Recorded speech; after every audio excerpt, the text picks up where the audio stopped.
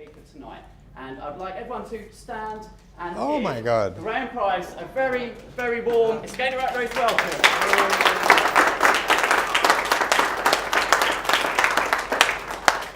God, I just want to start by saying I love everything that Chris said. It's spot on what he says. All the stuff he says is so true. I love the personal development business. Not surprisingly, that's my business. Of course, I would agree with Jim Rohn's quote, fantastic quote. Not surprisingly, I agree with everything that Jim Rohn says, who wouldn't? And I think this whole area of development and making yourself a better person and a more effective person is such an important aspect of life. So my history was I was in the corporate world, came out of university straight into the corporate world, stayed there for a very long time. I was just incredibly lucky that in my fairly early 20s, I met some people who told me some amazing things that I look back and I think, God, what a piece of luck that I met those people and learned those things, and some of that I'm going to be talking about tonight. And that set me off on a corporate career which was very successful, which I enjoyed greatly, very varied, enjoyed all of it. But eventually I came to a point in my life when I, realized that I had some ideas that had had a massive impact on my success in life that I wanted to share with other people. And that, of course, got me interested in psychology and development. So I got trained as a psychologist. That took many years. My goodness. I was just sharing with you today, wasn't I, that not a lot of what I learned in my 7 years of training as a psychologist was anything close to what I learned back then in the corporate world.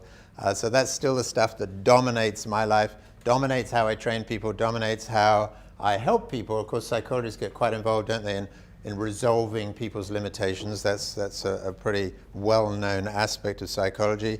But I also get involved in development stuff as well. So people like you, training people. I've trained tens of thousands of people in one way or another in the world of development, and I love it. I love passing on these ideas. Now, tonight I'm going to be talking about mindset. So maybe we should, and Christian mentioned mindset. Christian always mentions mindset, yeah. So Christian mentions it both times I've seen him talk. He mentions it a lot. And of course, mindset is talked about a lot, isn't it, in the world of development. And it's obviously, I think, you either all know how significant it is, or you've got a sense that this thing is significant and you maybe want to know more about it.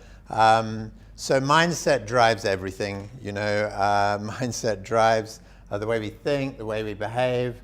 But let's think, what is mindset, okay? In the world of psychology, we have a very clear definition of what mindset is, although people generally, I know, use the word mindset to mean different things. But in the world of psychology, basically, mindset is all the unconscious beliefs that drive our entire lives, unconscious programming and beliefs. And our unconscious is packed full of beliefs, and those beliefs are driving your conscious thoughts. They're driving the way you think, the way you behave, and the way you feel all the time. They drive our whole life. Our conscious mind is a pretty tiny little piece of the brain up front here in the cortex. Our unconscious mind is the rest of it. It's massive. And what it contains is, there you go. What it contains is quite extraordinary. Now, actually, before I go on about mindset, I want to tell you a little story. To give you an illustration of one aspect of mindset, I was giving a training in a hotel, quite a large audience, and before the training started, I had a call of nature, so I had to go to the gents. So apologies, this story happens in the gents. Okay, so I went into a cubicle, was making myself comfortable, and then something extraordinary happened. I'll let your minds run a bit as to what you think I'm going to be talking about right now. Oh my God, what's he going to be talking about? So no, the extraordinary thing that happened was there's a guy in the cubicle next to me started talking to me. That was very, very strange. He says, how you going, mate? He had a sort of an Australian accent. So I thought, maybe this is what they do in Australia. So I thought, well, I'll go along with it. So I said, I'm going fine. Thanks very much. Thanks for asking. I wasn't talking about physically. I was talking about, mentally. And then he said, tell me, he said, how's life treating you? And I thought I'd already answered that question. And I thought this was getting really quite strange. You know, this guy wanted to have a conversation. So I said, life's treating me fine. Thanks very much again for asking. And then he said, tell me, he said, what are you doing right now? Now, I figured that he was probably talking about in my life, you know, because that was kind of the theme of his questions. But I decided to answer him a little bit more literally. So I said, you know, I think I'm probably doing exactly the same as you are. And then the next thing I heard him say was, hang on, mate, I'll have to call you back. There's some idiot in the next cubicle keeps answering all my questions. So I didn't say anything more at that point. But in fact, I thought maybe he's in my audience in the training, and I thought if I started a conversation, he's obviously going to be embarrassed about what he just said. So I thought I'd let it go and let him leave, and then I left. For all I know, he might have been in the audience, for all I know. But one thing I want to tell you about my response and reaction to what I heard was it didn't affect me at all. I smiled. I kind of enjoyed it. I thought, just like you did, I thought this is kind of weird, kind of amazing. And I kind of enjoyed the whole thing. And so what I'm saying to you is that that's an example of me being pretty resilient. I'm not affected by anything. I'm not affected by anything that goes wrong in my life. Sure, I can be disappointed about things. Sure, I have disappointments. I had quite a setback in my life only recently. But I'm never affected by it, not significantly. One of the things I learned in my 20s was how to make myself incredibly resilient. And in fact, of all the things that I've learned in life, I would put resilience as important as being powerful and successful and achieving what you want to achieve in life. It's a huge asset to be able to let things ride over you and not be affected by things. In fact, I taught myself from what I learned of these amazing people how to eliminate negative thinking from my life, eliminate negative thoughts from my life. Sadly, I don't have time to tell you how to do that today, but I will tell you how you can find out later on in this talk. And it is an extraordinary thing to learn how to do. Okay, so I'm going to be talking more about the aspects of mindset that's powerful. Yeah, after all, I've been talking about a powerful mindset, haven't I? So that's all about things like motivation and achievement and success and being confident and powerful and all those things. And that's what I'm going to be focusing on in this talk. So let me ask you, let me give you an example quickly of maybe somebody who's recognized as having a powerful mindset. That would be Richard Branson, one of many. Okay, so people would generally acknowledge that to achieve what he's achieved and what he's still going to achieve, he must have a pretty powerful mindset. Does that make sense? And then you have the other end of the spectrum would be somebody who's not achieving anything in their lives, maybe is having a really poor life. I don't know, maybe somebody who's homeless and living on the street or whatever. That would be the other end of the spectrum. So now let's think, how does Richard Branson come to have the mindset he has, and how does the guy at the other end of the spectrum, come to have the mindset he has, he or she? What do you think? Any ideas of what creates the mindset we all have right now? I think people like Richard Branson, they have the mindset they have no matter what the circumstance. So they do. He has a powerful mindset. What I'm asking is not what that does for him, because it's incredible what he's able to do, and I totally agree with you. I'm asking how he came to have that powerful mindset. How he was brought up. How he was brought up, okay. Upbringing, any other ideas? Paradigms. Paradigms? No, that's what he's got, a powerful paradigm. I'm asking him how he came to have that. Upbringing is one thing. Anything else? Environment. The environment he grew up in or environment he's been in? Very good, yeah. Experience. Experience of life? Very good, yeah. I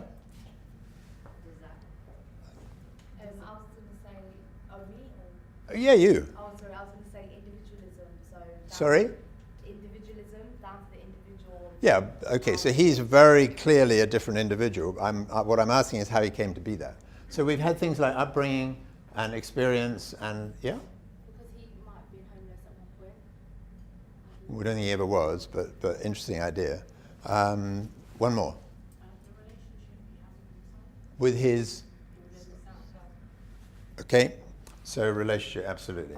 Although again, that's an aspect of the mindset rather than how he came to have it. All the things you but what about education as well? Do you think that might have a little bit of effect? Okay.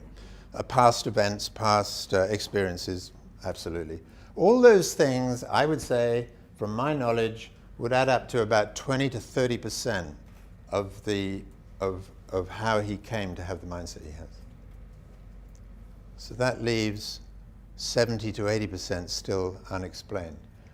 And I think if any of you have any idea of what's that 70, 80% of the cause of his mindset is, you probably would have offered it.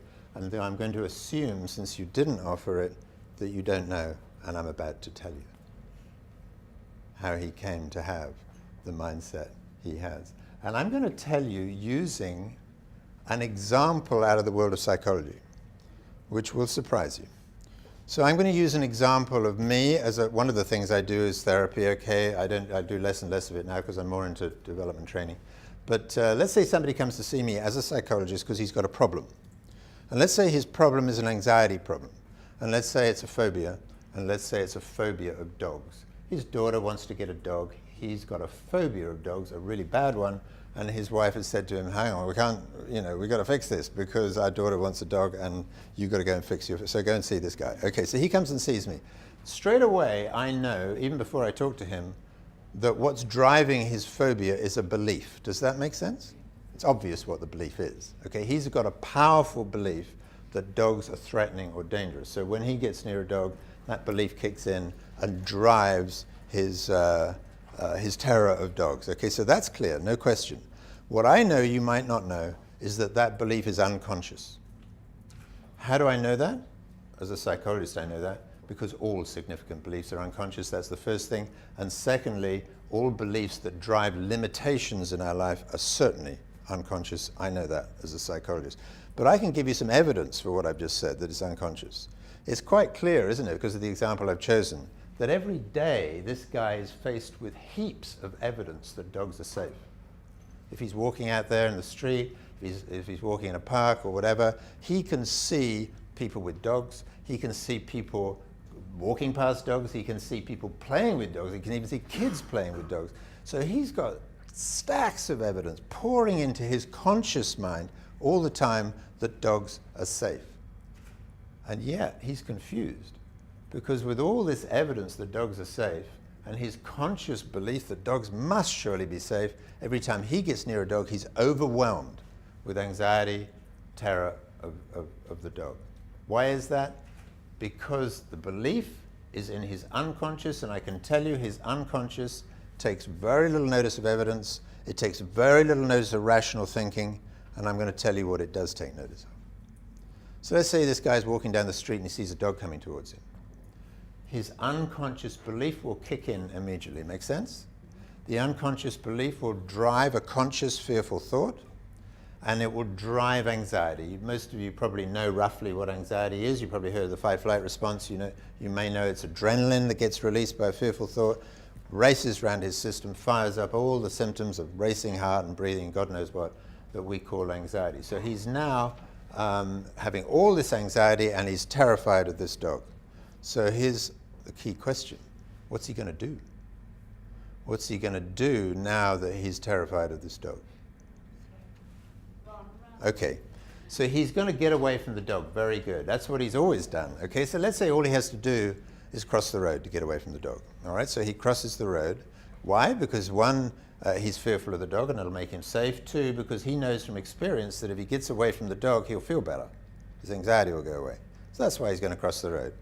And here's the key question that drives 80% of human psychology. One question. When he's crossing the road to avoid the dog, what do you think that's doing to his unconscious belief that dogs are threatening or dangerous? It's losing the opportunity to start to challenge that. Well, it's worse than that. It's not just removing the opportunity. It's directly, some of you have said it, it's directly reinforcing that unconscious belief. His unconscious will notice he's crossing the road, and what will it conclude? It will conclude, well, if I'm crossing the road to get away from the dog, there's got to be a reason.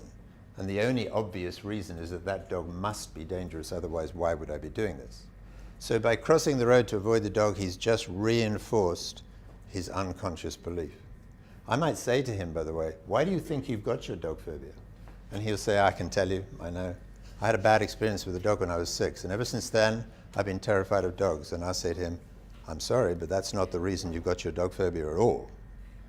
The reason you've got your dog phobia for one reason and one reason only. For the last 20 years, you've been avoiding dogs, and every single time you've done that, you've hugely reinforced the unconscious belief. Sure, that might have been initiated when you had a bad experience. Sure, that bad experience might have initiated your avoidance of dogs. But every time you've avoided a dog, you've reinforced your problem, and it's just grown and grown and grown. That reinforcement process, which in this example is driven by avoiding the dog, which, by the way, is what his current mindset is telling him to do. Are you with me? His current mindset has a fear of dogs, unconscious, and it's telling him to get away from the dog. In doing so, he's reinforcing that mindset. What I've just described is universal. Every single time you do what your mindset is telling you to do, you reinforce that mindset. There is no exception. Not one, not ever, none.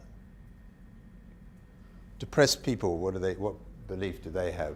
Belief that life's hopeless and whatever. What do depressed people tend to do? They tend to withdraw and avoid and isolate. What does that do to the belief that their life is hopeless?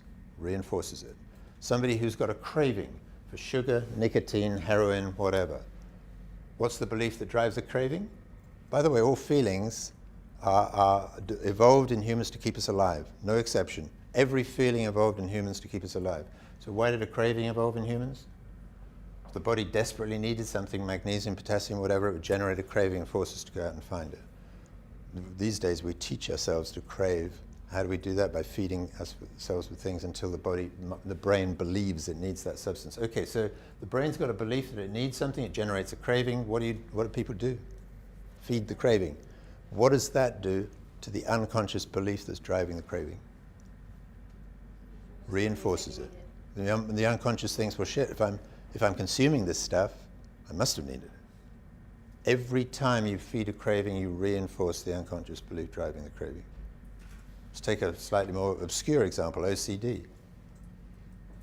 Let's say it's a contamination-based or a security-based OCD, washing your hands 50 times a day or checking the doors locked 50 times before you go to bed. What's the belief driving that? In the contamination case, it's a belief about danger, contamination. In the security example, it's a belief about insecurity. So what do people do when they've got OCD? They do what their beliefs are telling them to do. What does that do to the belief? Reinforces it. Every single mind-based problem, practically no exception, there are a couple of exceptions which I won't go into, but practically every mind-based problem has been created by the individual by doing what their mindset is telling them to do and reinforcing their mindset. That's it. Now, if that's how negative mindsets are created, then not surprisingly, the same would be true of a positive mindset, would it not? If you've got the inklings of a positive mindset and that mindset drives you to do positive things, what would those positive things do to that mindset? Reinforce it. Okay, when I was in my 20s and I found out about this, I was blown away. At that time, I was anxious speaking to groups. Most people have had that experience in their lives, 80% of people have. In my early 20s, I was anxious speaking to groups. I'll tell you what first of all resolved it in a minute, but one of the things I soon discovered that I needed to do was stop avoiding speaking to groups. Does that make sense? That's what I've been doing. Not when I had to. In my corporate job I had to, and I was anxious, but if ever I had an option, I'd avoid it. And then I found out what I've just told you, that by doing that I was reinforcing the problem. Now, let's go back to the dog phobia. It's pretty obvious to you now what he needs to do to cure his dog phobia, is it not? He needs to stop crossing roads and walk past dogs. Every time he walks past the dog, he's sending the opposite message to his unconscious. Make sense? The unconscious thinks, well, shit, if I'm walking past the dog must be safe. So now he's unwinding. But there's a problem. If I tell him all he's got to do to resolve his dog phobia is walk past dogs, and he's sitting in the chair opposite me, how's he feeling listening to me? Pretty. The problem damned anxious. Okay, and how is he going to be feeling when he faces his first dog? His anxiety is going to be sky high. He's going to be terrified. Okay, so what do I need to do to enable him to do what he needs to do to cure his dog phobia? I need to convince him that anxiety is bearable, that it's okay to be anxious, that there's nothing wrong with being anxious, that he can handle being anxious. And if I can convince him of that, then he's got a chance of doing what he needs to do. How do I convince him? Let me tell you two things about anxiety, which is common to all feelings. By the way, do you know what a difference is between a thought and a feeling? Thoughts only happen up here, feelings reflect themselves in the body. So clearly anxiety is a feeling, depression is a feeling, anger is a feeling, embarrassment is a feeling. Whereas worry, what do you think that is? Thought or a feeling? Worry. Worry. Having a worried thought. It's clearly a thought, not a feeling. Okay, so let me tell you something about feelings. Every feeling is safe. Nobody has ever been harmed by a feeling. Not once, not ever. This is the first thing to know about feelings. Anxiety doesn't harm you at all. Depression doesn't harm you. Okay, so people who are depressed sometimes harm themselves as a result of being depressed, yeah? But the depression, totally harmless. Cravings, totally harmless. Even feeling cold, by the way, totally and utterly harmless. That might surprise you. The point about feeling cold is that there's a source of the feeling. The source of feeling cold, what do you think that is? It's being cold. Being cold can kill you. Feeling, it's just a message from the body to the brain. It's totally harmless. Doesn't do anyone any harm at all. First thing. Second thing about feelings is we say they're all bearable. There's only one exception. We say the only exception to being bearable is extreme pain under torture. That's it. Anything less than that is bearable. The guy with the dog phobia will probably challenge me on that. He'll say, oh my God. He'll say, no. You don't know how bad it gets when I get near a dog. I say, oh, tell me. He says, oh, my heart starts racing, my breathing goes crazy, I'm trembling, I'm sweating like a pig. And I say, that's interesting. I'll say, have you ever run for a bus? And he'll say, yeah. And I'll say, can you remember what you felt like when you got to the bus? Is it not true your heart was racing, your breathing was going crazy, you were probably sweating, you might not have been trembling? He says, yeah, I guess I was. I said, could you bear it? The reason he could bear all the same symptoms when he ran for a bus was he thought they were normal, he expected it, no surprise. The reason he can't bear exactly the same symptoms when he faces a dog is because he thinks there's something wrong and the dog's there and he's frightened of the dog. And so the point about whether a feeling is bearable or not is determined by the way we think about that feeling. Does it make sense? He's having the same symptoms, but if he thinks this is terrible, this is awful, then it is, and if he thinks it's normal, then it isn't. Okay, so I'm going to train him to learn to be willing to feel anxious. I'm going to do that by giving him those 2 bits of information, 3 questions. I'm not going to spend long on this. 3 questions to ask when he's anxious near the dog. Is this feeling harming me? Absolutely not. Can I bear it? Yes, I can.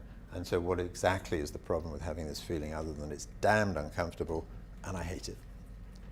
What other problem is there? None. And I'm going to give him all sorts of exercises which I don't have time to go into. By the way, you can find out more about this in a webinar that I'm going to tell you about. It's totally free. Watch the webinar. It'll teach you both the answer to what I talked about earlier, resilience, and a lot more about what I'm saying now. You might as well watch it. It's only 90 minutes. I'll tell you about it later. So now I'm going to get this guy to do all these exercises, to learn and practice to accept feelings and discomfort, and then I'm going to get him to face the dog, and he will be cured. Okay. So what I've just talked about, by the way, was what we call accepting feelings. Hugely powerful aspect of psychotherapy and accepting feelings. Not part of CBT. Interesting, the world's biggest therapy. The world's biggest therapy does not teach people to accept feelings. It's crazy. Nevertheless, it's got lots of other strengths, so there you go. So I'm talking about accepting feelings. Now, when I learned about accepting feelings, by the way, when I was still anxious speaking to groups, that lesson was huge for me to get off anxiety speaking to groups. The very first thing I did was practice accepting the feeling. What do you think people think when they're anxious speaking to groups? They hate it. Okay, what do you think is the main thing that drives anxiety speaking to groups? Fear of failure. No, it's not fear of failure. Judgment. It's not judgment. Shame. It's not shame. The main thing that drives anxiety speaking to groups is that people hate being anxious. And not only do they hate being anxious, they worry like hell about being anxious. I can remember what my thoughts were. You know, about to get up to a presentation, it was a long time ago, I don't want to tell you how long, but it was thoughts like this: oh my God, here we go again, I'm anxious, I wish I could control it, I wish I wasn't feeling anxious. What if it gets worse when I'm talking? What if it affects my breathing? What if I can't deliver properly? What if people notice that I'm anxious? Those were all the thoughts that were going through me. What do you think that was doing to my anxiety? Making it worse. Yeah, it's not the same as reinforcing. Reinforcing is a longer term thing, okay? But it will certainly increase it, absolutely. So that's what was driving my anxiety, number one. Sure, I had those other things, you know, being judged and so on, but that was mainly around being judged because I was anxious. Does that make sense? It wasn't that I was not able to speak content-wise. No, I was getting anxious about feeling anxious. That's the number one thing that drives anxiety speaking groups, and furthermore, it's the number one thing that drives most anxiety, being anxious about feeling anxious. It's a bit like people who are depressed. What's driving the depression? Most of it is being depressed about feeling depressed. It's extraordinary, really, how this thing multiplies. Anyway, when I learned the thing about accepting anxiety, it's the first thing I did. I learned that I had to stop resisting anxiety, changed everything immediately. I was willing to feel anxious instead of resisting it. I was willing to speak and feel anxious instead of desperately wishing I wasn't feeling anxious. My anxiety went down significantly, immediately. So what was the other thing I then needed to do to eliminate anxiety speaking to groups? You already know. Stop avoiding. And what did I also need to do other than stop avoiding? Sorry? I can't hear you, but I'll tell you. It was create opportunities to speak to groups. Does that make sense? Walk past the dog. So every time I created an opportunity to speak to groups, what was that doing to my belief that speaking to groups is dodgy or dangerous? Unwinding it. Okay? Opposite message to the unconscious. What did I do? I got on the phone. Have you heard of Rotary clubs or Lions clubs? I don't know whether they still exist, by the way. They did in my day. And you know, aging men getting together to talk about charitable work and having dinner and inviting a speaker. So that's basically what Rotary clubs are. I called a Rotary club and said, I understand you're looking for speakers. Can you imagine somebody really anxious speaking to groups doing that? What do you think, when I picked up the phone to make the call, what do you think that was doing to my unconscious belief? Making it feel rattled, maybe. No. I was picking up a phone to make a call to offer my services to speak to an audience. What was the unconscious thinking about that? I was thinking, oh my God, what are you doing? But you are doing it, and therefore the first message was going to my unconscious that it must be okay to speak to groups. Just picking up the phone was attacking the unconscious belief that was driving my anxiety. When I got there, I was anxious, of course I was. Spoke to groups, accepted the anxiety, kept doing it. I can tell you that lesson was the beginning of my life change. Everything I've told you, I applied to everything in my life. I was anxious speaking to ladies in my early 20s, you know, because I fancied them or whatever, and I just couldn't get it together. You know, I'd walk up to a lady in the tube or something, and I'd ask her the time. She'd tell me. I couldn't think of anything else to say, so I went and sat down again. I said, thank you. This is a lesson. This is a lesson for the ladies, baby. If you ever see a guy looking at you, looking nervous, walk up to him and tell him the time. Because then he'll have to think of something else to say, okay, when he talks to you. Okay, so I attacked that immediately. Are you with me? I was solving my anxiety speaking to groups. I went flat out to stop avoiding and get involved in this exercise, and that unwound. It was a miracle, you know, to see everything changing as a result of doing it. Within a couple of months of starting this process, by the way, this tool that I was using in the world of psychology we call accept the feeling, choose the action. Accept the feeling, choose an action that's the opposite of what the negative feeling is telling you to do. You with me? Stop avoiding the dog, walk past the dog. Stop avoiding, accept the feeling, okay? Accept the feeling, walk past the dog. Stop avoiding speaking to groups, accept the anxiety, speak to more groups. Accept the feeling, do an action that's opposite to what the feeling is telling you to do. That's the single tool in the world of psychology that cures more mind-based problems than any other tool. I'm going to turn it around in a minute and tell you how we then use it to develop a powerful mindset. But for the moment, I'm still talking about limiting beliefs. With me? Limiting beliefs around speaking to groups. Limiting beliefs. Is the answer to your question earlier overcoming your fears? Yes. Okay. So, yeah, this is what I was doing, yeah? And I was, remember, the fear is generated by an unconscious belief, always. So what I was doing to overcome them was to accept the fear, stop resisting it, and do the opposite of what the fear was telling me to do. You with me? Walk past the dog, speak to groups, chat to the ladies, yeah.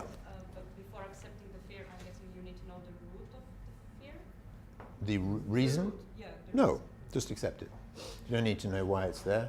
If you accept it, the fear will disappear, will not disappear, reduce. The fear will reduce. If you then do the opposite action to what the fear is telling you to do, you will attack the belief that's driving the fear.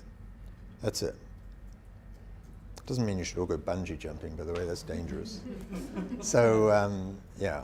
But I can tell you what I did do. One of the things that I did to massively attack my fears, my unease, was to start doing everything that was fearful. In fact, if you do a training that I'm going to tell you about, you will find a whole heap of tools in addition to the tool I've already told you that I learned and used to eliminate fear from my life. I also learned and used other tools to eliminate negative thoughts from my life. And by the way, I can also, if you do this training, which is going to not cost you anything, you will learn how to deal with any challenges in relationships. There's 3 aspects of life, by the way, that everyone should have sorted to have an amazing life. I've been very lucky. I've had an amazing life so far and will continue to. And those 3 things you need to have an amazing life is resilience, power, and relationship skills. If anyone can think of anything else you need, there's one more thing. If you're religious, I'll grant you need that as well. That would be the 4th. I'm not religious, so I didn't need that one. But apart from religion, there's only 3 things you need to have an incredible life. You need to be hugely resilient, powerful, and be able to handle relationships and resolve any challenges that you meet in relationships. That's it. Yeah. Can I just ask you a quick question? Yeah. I'm actually scared of dogs, and I'm really, really scared of dogs. And I've actually walked past them, but I still am scared of them. So Okay. So let me give you a quick example of why that is. Okay. I had a client who was terrified of flying. She went on a British Airways flying course. It's CBT based. I can tell you CBT does 2 things. Cognitive Behavioural Therapy. Cognitive side, they told her all the reasons why flying is safe.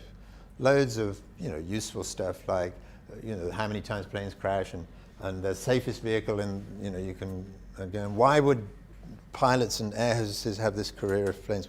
So all this sort of cognitive evidence that flying is safe. Yeah, it's useful enough. And then the second thing they do is behavioural. Walk past the dog, which for flying is get in the plane and go flying. She'd done it all. She was told by the British Airways course that she needed to go and do more flying, walk past more dogs, yeah, do more flying, and she would unwind her phobia. She did fly a few more times. She was still terrified of flying. The course didn't work. She came to see me.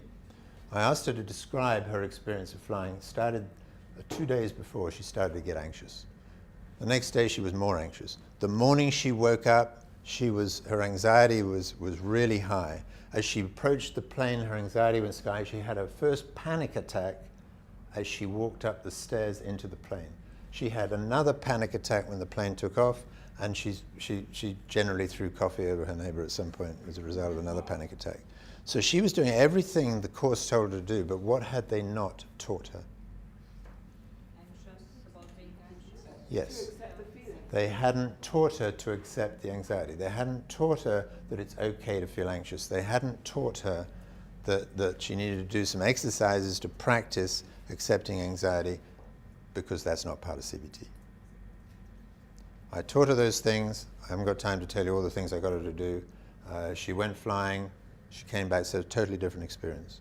She was willing to feel anxious. She was no longer getting anxious about feeling anxious. The anxiety was no longer out of control because she was accepting it. She was cured very quickly. I don't think, if you walk past dogs and they haven't resolved it, have you Have you learned how to accept your anxiety? Okay. I've been to a park and Do- just run. Do a free webinar, 90 minutes, that I'm going to tell you about. It will solve the problem. Okay. So, okay, so where are we? So, okay, so the other thing I can say is that we've been talking about unwinding limitations. Now, what if you don't have these kind of limitations, you know, the sort of limitations that I've talked about, but you just want to develop a powerful mindset? What do you think you need to do from what I've told you? You need to turn the tool around the other way, okay? The guy who's got a limitation about dogs needs to walk past dogs, has to accept the anxiety, walk past the dog. If you don't have any limitations, the way you develop a powerful mindset is very simple. You do powerful things. How do you think Branson developed his powerful mindset? Do you know he had his first business when he was 8 years old, washing cars? He had several more businesses through his teens, one of which was to create a newspaper at school and sell the newspaper to the kids. He had his first record business when he was 21. He kept doing things. And he kept doing powerful things. What do you think that was doing to his mindset? Massively empowering it.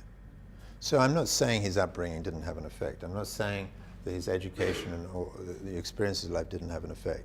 In fact, quite probably the reason he had all these businesses is because of his upbringing and the influence of his parents. I'm not denying that. But the thing that affected his mindset directly was what he did, not what he thought and not what he was taught. If you want to develop a powerful mindset, you need to start doing things that are powerful.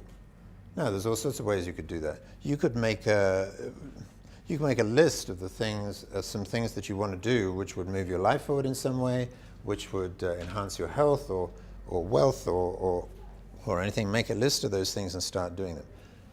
Not partly for their own sake. Obviously, getting healthy is good.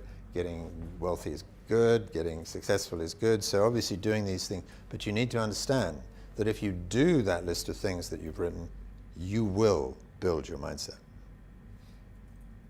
There's nothing else you can do. It's interesting, actually, because Chris put up the book Think and Grow Rich by Napoleon Hill, which is a great book. It's got loads of fantastic advice in, but I would have, from what I've told you, chosen a different title. I wouldn't say Think and Grow Rich. What do you think from what I told you? Do or act. Act and grow rich. That's what I would say would drive a powerful mindset. And we've got heaps of evidence for this. It's you know, apart from the examples that I've given you. I started doing in my 20s, you know, following on from that anxiety thing, which I resolved pretty quickly. Within 2 months, I was walking into Argos in central London and buying a stepladder. What do you think I did with that stepladder? Speaker's Corner. Speaker's Corner. I went down to Speaker's Corner with my stepladder. I had an audience of 200 people. And what do you think I was talking to them about? Anxiety. Yeah. Anxiety. I was talking to them about building a powerful mindset. Okay, that was at the age of, God, 24 or something. My God, I've spoken to huge audiences. Within 3 months, because I kept pushing on this point, I was on stage in a theater with 1,000 people entertaining them alone on stage. That was in 3 months of starting to turn around my anxiety speaking to groups. This is powerful stuff. I won't go into the details of what I did talking to ladies, but my life changed in that area as well, pretty dramatically, and I had a great time from then on. Yeah, I did all sorts of things. Now, more recently, since I've left the corporate world, I used this in the corporate world dramatically. Since I've left the corporate world, never held back, by the way, in the corporate world, never, ever held back. Pushed all the time. Is that sometimes nerve-wracking, do you think? Yeah? What do I do with the anxiety or nervousness? Accept it. Train myself to do that. I'll tell you how to do. I don't have time to tell you how to do that, but it will be in this webinar that I'll advise you to watch, which is free. Okay, so kept pushing. Since I've become a psychologist, I've developed, I've trained thousands of people. I've now developed a an ambition which is quite mind-blowing. If I'd known in my 20s what I was going to be doing in my 50s, I would have been blown away. So I've been very lucky. Now, before I tell you this other thing I'm going to tell you, is there any questions about what I've told you so far? Yeah. So like going back to that story with public speaking. Yeah. So let's say if you were to, like in your case it was a success story, so everything was worked out for you. Yes. But let's say like someone would be like, oh, I'm afraid of public speaking and I'm going to call this club and tell them I'm going to be speaking.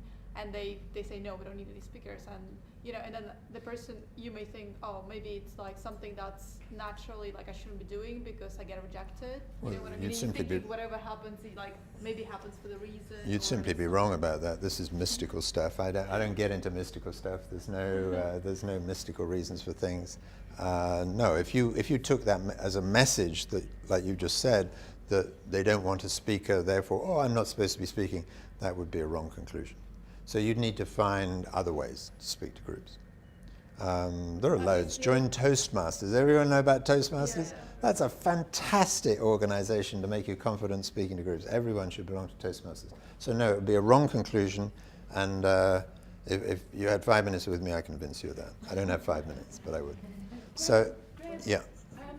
how does this fit with the idea of a comfort zone? Well, a comfort zone, I do a lot of weight loss work, by the way, and comfort eating is an example of a comfort zone. So what do you think if somebody gets comfortable eating or uses food to make them comfortable, in other words, to quell anxiety or other uncomfortable feelings, what do you think will happen?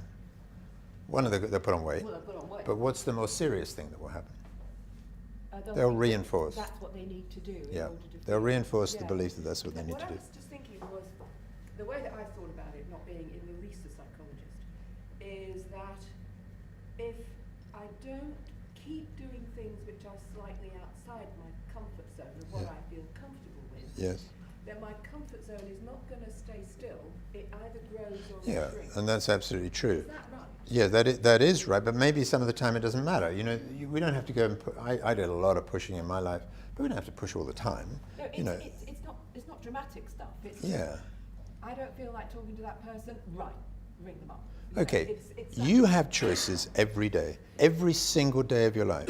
You either do what the limiting mindset the bits of limiting mindset that you have is telling you to do, in which case you will reinforce it, or you do the opposite. If your interest is building a powerful mindset, you need to do the opposite. Yeah. So it's as simple as that.